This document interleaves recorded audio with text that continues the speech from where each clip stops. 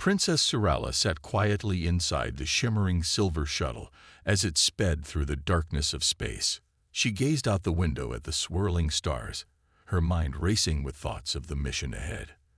The council had chosen her, the youngest royal in the Zelthari Empire, to visit a human colony on the far edge of the galaxy.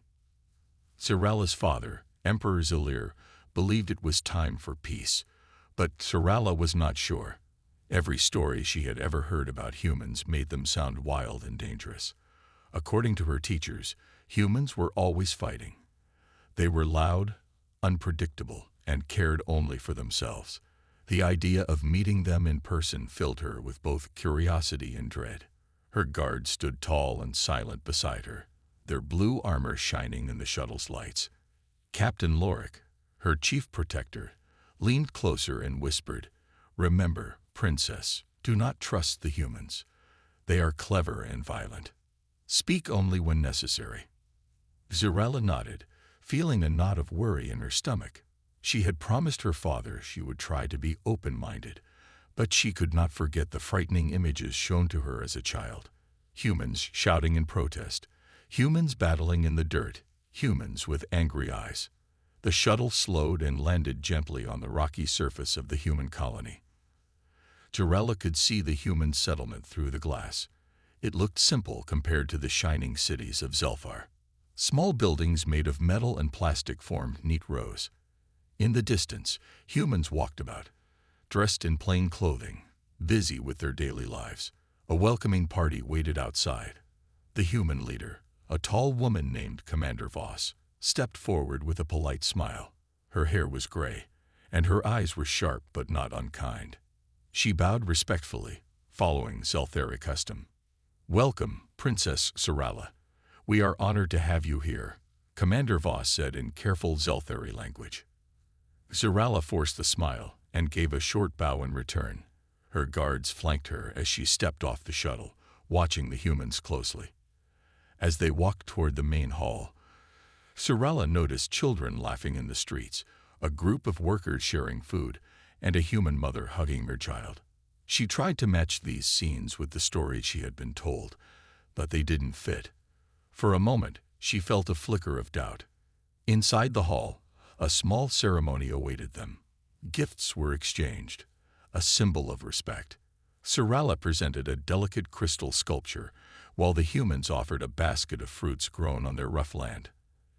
Everything went smoothly, but the air felt tense, as if everyone was waiting for someone to make a mistake. Sorala took a deep breath. This was only the beginning. She wondered if she would survive this mission, or if she would find out just how savage humans really were. Princess Sorala sat at the long table in the main hall, trying her best to appear calm and polite. Around her, Zelthari guards stood tall, their eyes always watching the humans. On the other side of the room, the human officers and workers watched back, some with curiosity, others with nervous glances. The ceremony continued with formal speeches. Commander Voss spoke first, welcoming the princess and her people to the colony. Sorala nodded at the right moments, but she felt distant, as if she were watching the whole scene from far away. Soon, it was her turn. She stood up and spoke carefully, using the human language she had studied for weeks. "Thank you for your kindness. The Zelthari Empire wishes for peace and friendship," she said, though the words felt heavy in her mouth. After the speeches, the real test began. A table was set with food from both worlds, bright fruits and spiced bread from the Zelthari, and simple cooked grains and roasted vegetables from the human side. According to human custom, it was polite to share food as a sign of trust. Sorala knew this, but she hesitated before picking up a piece of bread. Suddenly, one of Sorala's guards, a young and nervous soldier named Teres, saw a human worker reaching toward the Zelthari table. Thinking it was an act of disrespect, or even a threat, Teres stepped forward quickly, blocking the human's hand and speaking sharply in the Zelthari language. The hall fell silent. The humans looked shocked and unsure. Commander Voss's hand went to her side, near a hidden weapon. The air became thick with tension. Sorala's heart raced. This was exactly the kind of moment her people had warned her about. But then, something unexpected happened. The human worker, a young woman with gentle eyes, raised both hands in the air and took a step back. "I'm sorry. I was just admiring your food. It looks beautiful," she said softly, her voice shaking a little. The guard, Terrace, lowered his arm, unsure what to do. Sorella quickly stepped forward. She picked up a piece of fruit and offered it to the human woman with both hands, hoping to show peace. The woman smiled, accepted the fruit, and bowed her head. Slowly, the room relaxed. People started talking again, quietly at first, then with more ease. The small accident had not turned into a disaster, but Sorella could feel how close it had come. She glanced at her guards, then at the humans. Everyone was still on edge. As the evening ended, Sorella found herself wondering if humans really were so different from her own people. She remembered the human woman's gentle voice and the look of surprise on everyone's faces. Maybe, she thought, not everything she'd been told was true. But the doubt in her mind was soon pushed aside by the next part of her mission, a tour of the colony mines. Deep inside, Sorella worried what might happen if there was another misunderstanding. The peace here seemed very fragile. The next morning, Princess Sorella and her guards prepared for a tour of the human colony's mines. Commander Voss greeted her at the entrance, along with a group of human workers. The mine was the lifeblood of the colony, and the humans were proud to show their hard work. Sorella put on a protective helmet as she listened to the human guide, a cheerful man named Jonah. He explained how the miners found rare crystals deep underground. Sorella watched the humans moving together as a team, passing tools and helping each other, but she still kept her distance. Her guards stayed close, always watching for any sign of trouble. They rode a lift down into the tunnels. The walls glowed softly with blue mineral veins. Sorella was quietly impressed by the humans' clever machines. Everything was well organized, but the tunnels were narrow and dark, making her uneasy. Suddenly, a loud cracking noise echoed through the tunnel. The ground shook, dust filled the air, and the lights flickered. Without warning, part of the tunnel roof caved in, blocking the only way back up. Shouts and screams echoed as humans and Zeltheri scrambled for safety. Several were trapped under fallen rocks. Sorella's heart pounded. She had never been in such danger before. Her guards immediately formed a protective circle around her, but she could see the fear in their eyes. Some humans were injured and crying for help. Captain Lorik wanted to wait for a rescue team, but the air was thick with dust and getting worse every minute. Then, a human stepped forward. He was tall and strong, with a calm face covered in dirt. Lieutenant Carter Hayes. He spoke with quiet authority. "We can't wait. There's not enough air, and some people are hurt. We have to work together if we want to get out." He began organizing both humans and Zeltheri, handing out tools and giving clear orders. He showed the guards how to move the smaller rocks without causing another collapse. When Sorella's guard hesitated, Carter looked directly at them and said, "We need every hand. Your princess is safe with us." Despite their doubts, the guards joined in, moving rubble and helping the injured. Sorella watched Carter in amazement. He worked quickly, lifting rocks, calming frightened miners, and checking on those trapped. He treated everyone the same, Zeltheri or human, leader or worker. At one point, Carter saw a young Zeltheri soldier struggling to breathe. Without thinking, he gave the soldier his own emergency air mask. "You need it more than I do," he said, brushing off thanks. The tension in the tunnel slowly changed. People stopped seeing each other as strangers and started acting like a single team. Even Sorella found herself passing tools to Carter and encouraging the wounded. Hours later, as the rescue team broke through the rubble from above, Sorella realized she had seen something she'd never expected. A human risking his life, not for glory or reward, but simply because it was right. As they reached the surface, She looked at Carter and wondered if her ideas about humans were starting to change. The miners and soldiers, covered in dirt and bruises, finally reached the surface. Fresh air filled their lungs, and sunlight warmed their tired faces. Princess Xaralla's guards hurried to check her for injuries, but she gently pushed them away. Her mind was still on what she had witnessed underground. Carter Hayes stood nearby, his arm bleeding from a cut. He spoke quietly to a group of humans and Zelthari, making sure everyone was accounted for. When he saw Xaralla watching, he offered a tired smile. "We were lucky," he said. "A few minutes longer, and we wouldn't have made it." Captain Lorik, still suspicious, whispered to Xaralla, "This human is brave, but we should be careful. Sometimes humans take risks without thinking." But Xaralla had seen something else in Carter, a calm mind, careful planning, and a willingness to risk himself for others. She decided she wanted to learn more. Later that day, Carter visited the Zelthari medical tent.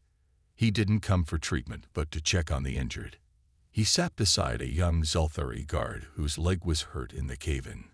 Carter helped him adjust his bandages and shared a joke, making the soldier laugh. Xaralla, watching from a distance, was surprised at how gently Carter treated her people. When Carter noticed Xaralla, he walked over, wiping dirt from his hands. "Princess, you did well down there," he said. "Your calm helped everyone." Xaralla shook her head. "I was afraid. I did not know what to do." Carter shrugged. "That's normal. The real trick is to keep moving, even when you're scared. Humans aren't fearless. We just try anyway." They talked for a while, sharing stories about their worlds. Xaralla was surprised by Carter's curiosity. He asked about Zelthari art, music, and even their food. He listened carefully, showing respect for her answers. As the evening fell, a sudden commotion broke out at the edge of the colony. A small fire had started in one of the storage sheds. Carter ran toward the smoke, shouting orders and gathering volunteers. Xaralla's guards hesitated, unsure if they should join. Xaralla made a quick decision. She rushed to help, grabbing a water hose and encouraging her guards to follow. Working side by side, humans and Zelthari put out the flames. No one was hurt, but everyone was shaken. Carter thanked Xaralla and her guards, his eyes shining with respect. Afterward, as the stars blinked in the night sky, Xaralla found herself thinking about Carter's words. Maybe being brave was not about never being afraid, but about helping others no matter what. For the first time, Xaralla wondered if the old stories about humans were wrong. She started to see a different truth, a truth shown not by speeches or books, but by the actions of one human who dared to care. The next morning, the colony was busy with repairs and cleaning. The mine accident and the fire had left everyone tired, but something had changed. Now, humans and Zelthari worked together, sharing tools and stories, laughing as they fixed the damaged buildings. Princess Xaralla noticed the difference. The walls between the two groups had started to fall, just a little. Carter Hayes joined Xaralla for breakfast in the mess hall. He brought her a mug of human tea, and she handed him a sweet Zelthari fruit. They both smiled at the simple trade. It was a small sign of trust. "I never thought I would see the day a Zelthari princess would eat in a human kitchen," Carter joked. Xaralla looked around. "I never thought I would want to," she admitted. "But you have shown me something new." Their meal was interrupted when Commander Voss entered the hall, carrying a map. "We have a problem," she said. "Last night's fire destroyed some power cables. The main generator is failing. If we lose power, the medical bay and life support will go down." Xaralla listened carefully as Voss explained the situation. To fix the generator, a small team had to go through a dangerous area outside the colony walls, where wild native creatures hunted at night. Voss looked at Carter and then at Xaralla. "We need your help," she said. "If the Zelthari guards come, it might scare the animals away, or it might attract them." Xaralla made a decision. "I will go," she said. "Carter, will you join me?" Carter grinned. "Wouldn't miss it." Together, Carter, Sarala, and 2 guards set out into the alien wilderness. The sky was gray, and strange sounds echoed through the air. Carter walked in front, checking for tracks. Sarala stayed close, watching every shadow. At one point, a pack of swift, lizard-like creatures appeared. The Zelthari guards raised their weapons, but Carter signaled them to wait. He pulled out a small packet from his bag, a treat made of dried fruit, and tossed it away from the path. The creatures followed the food, leaving the group unharmed. Sarala was amazed. "You did not attack them," she said. Carter shrugged. "Violence is not always the answer. Sometimes you just need to understand what they want." After a tense walk, they reached the generator shed. Carter and Sarala worked side by side, following Voss's instructions by radio. Sarala handed Carter tools, holding a flashlight steady while he fixed the wires. She was surprised at how easily they worked together, almost as if they had been friends for years. When the generator hummed back to life, the group cheered. On the way back to the colony, Sarala felt a strange sense of pride, not just in herself, but in Carter too. That night, as the lights returned to the colony, Sarala realized she and Carter made a good team. The alliance between their people, once impossible, now felt like a real possibility. The days passed quickly on the colony, and Princess Sarala found herself growing more comfortable around the humans. She spent her mornings walking through the markets, talking with miners and engineers, and listening to stories from children who giggled when she tried their games. But one afternoon, a warning siren wailed through the colony. Soldiers rushed to their posts.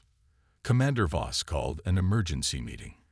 A large native predator was seen near the outer farms, she explained, showing a blurry video of a massive 4-legged beast with sharp claws and glowing eyes. If it attacks, many could be hurt. The Zelthari guards wanted to send a strike team to destroy the creature at once, but Carter shook his head. That might scare it into the colony. We need to lure it away, not attack. Sarala listened closely. She remembered how Carter had distracted the lizard creatures before. "We must think carefully," she said, looking at both her guards and the humans. "We must trust each other and work together." A plan formed quickly. Carter would lead a team to set out bait and guide the beast away from the farms. Sarala insisted on joining. "If we fail, both our people will suffer," she said, determination in her eyes. That night, under the pale light of twin moons, Carter, Sarala, and a few brave volunteers crept toward the farms. The air was cold, and every sound seemed loud. They carried pieces of raw meat and set them at intervals, hoping the scent would draw the creature away. Suddenly, a low growl echoed in the darkness. The predator appeared, larger than any animal Sarala had seen. Its scales shone like metal, and its breath steamed in the night air. The humans froze, but Carter stayed calm. "Hold your ground," he whispered. "Don't run." The beast sniffed the air and moved toward the bait. Carter motioned for Sarala and the others to move slowly back, leading the creature away from the colony. Sarala's heart hammered in her chest, but she trusted Carter. At one point, a young human volunteer slipped and fell. The predator turned toward the sound, its eyes narrowing. Sarala did not hesitate. She grabbed a flare and fired it into the air, drawing the beast's attention away. Carter quickly helped the volunteer up, and together, they guided everyone to safety. After a tense half-hour, the creature followed the bait trail deep into the wildlands. When it disappeared into the shadows, the team hurried back to the colony, exhausted but unharmed. The colony cheered their return. Humans and Zelthari hugged each other, laughing and clapping. Carter looked at Sarala, respect in his eyes. "You were brave," he said. Sarala smiled. "Not just me, all of us together." That night, as she watched the stars, Sarala knew something inside her had changed. The humans were not savages. They were strong, clever, and most surprising of all, willing to risk everything for others. And so, her heart began to open, little by little. to a new truth. After the predator was safely led away, a new peace settled over the colony. Princess Sorella spent her evenings walking in the gardens outside the main hall. The humans often gathered there, sitting around small fires, singing or telling stories. Their laughter echoed softly under the night sky. One evening, Carter Hayes invited Sorella to join the group. He offered her a seat by the fire and handed her a cup of sweet herbal tea. The warmth of the flames and the gentle sounds of music made Sorella feel welcome. "Do you ever miss your home?" Carter asked quietly. Sorella looked up at the stars, thinking of the shining towers of Zelfar and her family so far away. "Sometimes," she admitted, "but here, I am learning many things I never knew before." Carter nodded. He pulled out a small tablet and showed her pictures from Earth. There were photos of green forests, snowy mountains, and cities full of colorful lights. But he also showed her paintings, poems, and music, beautiful things made by humans. "We have a history of war, yes," Carter said, his eyes sad. "But we also create. We build, we dream. We help each other, even when it's hard. I wish more people could see that side of us." Sorella studied the images and listened to a gentle song playing from Carter's tablet. She remembered all the lessons she had been taught, lessons about how humans were wild and violent. But the pictures and music told a different story. They spoke of hope, kindness, and beauty. Later, a young human girl came over and offered Sorella a handmade necklace. "For you, princess, to thank you for saving us from the monster," she said, her voice shy but proud. Sorella took the gift with surprise and gratitude. She realized that she was not afraid anymore. Instead, she was curious, eager to learn about this strange and wonderful world. When the fire died down and people began to leave, Carter and Sorella stayed behind. They talked about their dreams for the future. Carter spoke of wanting to explore new worlds, while Sorella dreamed of bringing her people and the humans together. "You know," Carter said, "sometimes it only takes one person to change everything. Someone brave enough to listen or to forgive." Sorella smiled, feeling hope grow in her heart. Maybe she could be that person for her people. Maybe she could help them see what she had learned here. That night, lying in her quarters, Sorella wrote a message to her father. She described all she had seen, the courage, the kindness, the art, and music. She wrote about Carter, too, and how one human had shown her that the old stories were not the whole truth. As she finished the letter, Sorella felt certain of one thing. The time for fear was over. The time for understanding had begun. The days on the colony became brighter and friendlier. Humans and Zelthari worked and celebrated together. Princess Sorella felt proud of the changes she saw. She and Carter often met to plan new projects, gardens, workshops, and lessons where both peoples could learn from each other. But deep in the shadows, not everyone was happy. Among Sorella's own guards, one soldier watched with cold eyes. His name was Saren, and he believed that friendship with humans was dangerous. He remembered the old stories and thought Sorella was making a mistake. One evening, while Sorella walked with Carter through the market, Saren slipped away from his post. He met secretly with a few other Zelthari who agreed with him. "The princess has forgotten her duty," Saren whispered. "If the humans win her trust, our empire will look weak. We must remind her where her loyalty lies." As the sun set, Saren put his plan into action. He planted a small explosive in the colony's water station, a place used by both humans and Zelthari. His hope was that the explosion would look like a human attack. He wanted to create fear and break the new friendship. Later that night, as Sorella prepared to sleep, an alarm sounded across the colony. Smoke rose from the water station. People ran in panic, shouting for help. Carter rushed outside, and Sorella quickly followed, with her guards at her side. When they reached the station, they saw a terrible sight. The building was on fire, and several people, both human and Zelthari, were trapped inside. Without waiting, Carter dashed through the flames to pull out the injured. Tirella grabbed a fire extinguisher and helped clear the doorway. Suddenly, a loud crack sounded above them. The roof of the burning station began to fall. Tirella froze, but Carter pushed her out of the way just in time. A heavy beam crashed down, striking Carter on the shoulder. He cried out in pain but kept going, dragging the last survivor to safety. When it was over, Carter collapsed, breathing hard, his face pale from the pain. Tirella knelt beside him, her heart pounding with fear and anger. She realized the explosion had been planned, not an accident. As the doctors treated Carter, Tirella ordered an investigation. Her own guards found clues, pieces of Zeltheri technology, and Saren's fingerprints near the explosion site. Saren tried to escape, but the colony's security team caught him.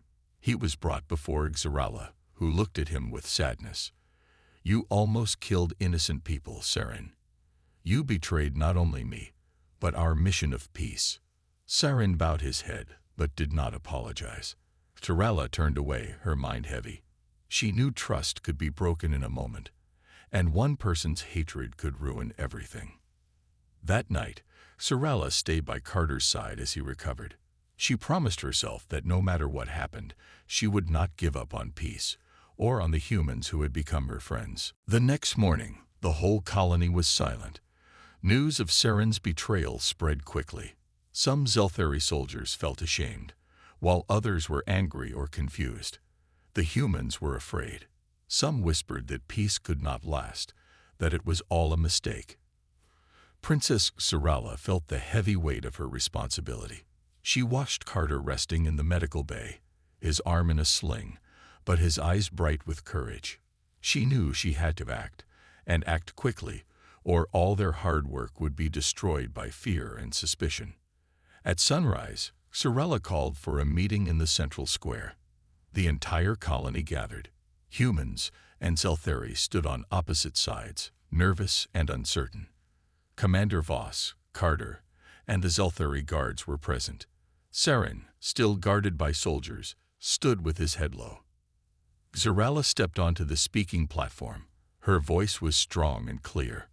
"Friends," she began, "last night, someone tried to break our trust. But it was not a human who did this. It was someone from my own people, blinded by fear and old stories. I will not hide this truth." She turned and faced both sides. "I was raised to believe humans were dangerous. But here, I have seen courage, kindness, and hope. Carter risked his life to save us all. Many of you have worked together, sharing laughter and struggle." She looked at Saren, and then at her guards. "If we let fear control us, we will always be enemies. But if we choose to trust, just once more, we can build something new together." There was a long silence. Then Carter, still weak but determined, stood up. "I believe in this peace," he said. "We have all made mistakes, but we can forgive. We can do better." Commander Voss nodded. "We do not blame all Zeltheri for the mistake of one. We want peace too." Slowly, people began to step forward. First a Zeltheri guard, then a human engineer, then more and more. They shook hands, shared stories of bravery, and promised to work together. The tension started to fade. Some even hugged, wiping away tears of relief. Tirella felt a rush of hope and pride. She knew things would not be perfect overnight. There would still be problems, and there would always be those who doubted. But the chains of old hatred had been broken. People were choosing something better. Before leaving the platform, Tirella turned to Saren one last time.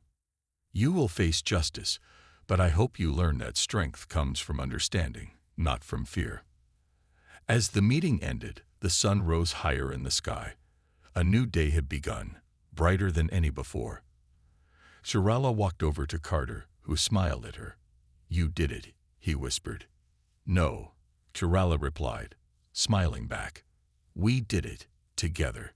Inside her heart, she felt the first true taste of hope, for her people, for the humans, and for a future built on trust. Days passed, and the colony slowly returned to life. The air felt lighter, as if a great storm had finally ended. Princess Sorella walked through the streets each morning, greeted by smiles from both humans and Zelthari. Children from both worlds played together, building models of spaceships and drawing pictures in the dust. Sorella's heart filled with pride every time she watched them. Carter Hayes was still healing, but he was never alone. People came to thank him for his bravery, bringing him food and little gifts. Sorella visited him often. Sometimes they talked about the future. Sometimes they just enjoyed the peace they had fought so hard to protect. One afternoon, a special message arrived from Zelfar, Sorella's home planet. It was from her father, Emperor Zelir. He had read her reports and listened to her stories. Now he wanted to see the new friendship with his own eyes. The whole colony prepared for the Emperor's arrival. Human and Zelthari flags hung side by side. Flowers decorated the meeting hall. When Emperor Zelir's great silver ship landed, everyone watched with excitement and a little fear. The Emperor was a tall, proud figure, his eyes sharp and wise. He hugged Sorella tightly, then turned to the crowd. At first, he said nothing, simply looking at the faces before him. So many different, yet hopeful. Carter, still in a sling, stepped forward. He bowed, as Sorella had taught him, then offered a small crystal from the mine as a gift. "For peace between our worlds," he said. The Emperor smiled and accepted the gift. "My daughter has taught me much," he said in a deep, calm voice. "She has shown courage, not just in battle, but in heart. Today, I see not just humans or Zelthari. I see a new family forming, stronger because of our differences and braver because of our friendship." There was applause, and Sorella felt tears in her eyes. She remembered her first day on this colony, full of fear and doubt. Now, everything was different.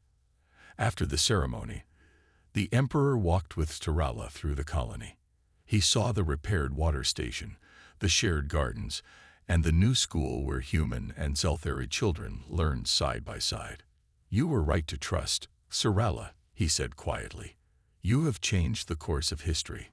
That evening, as the sun set in golden light, Sorella and Carter stood together on a small hill overlooking the colony. The air was filled with music and laughter. For the first time, Sorella truly felt at home. "I used to think humans were only dangerous," she admitted, "but I was wrong. You have shown me another way." Carter smiled. "And you've shown me that hope can come from the most unexpected places." As stars appeared in the sky, Sorella knew her mission was complete. But in her heart, she understood it was only the beginning. Together, humans and Zelthari would write a new story, one built on trust, courage, and friendship.